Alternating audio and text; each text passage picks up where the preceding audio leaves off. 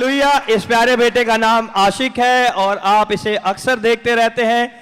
खुदावंद हमारी जिंदगियों में कसरत से मौजूद करता है। लास्ट फ्राइडे इनकी आंख में यहाँ पे बहुत शदीद दाना निकला हुआ था और उसकी वजह से इन्होंने ग्लासेस पहने थे और ये प्रॉपर तौर पे देख भी नहीं पा रहे थे। दर्द और तकलीफ में मुब्तला थे। जब यहाँ पे खुदावंद के घर में आए और इनके लिए दुआ की गई तो खुदावंद यीशु ने इनकी आंख की सारी तकलीफ से बगैर मेडिसिन लगाए कामिल तौर पर शिफा दी।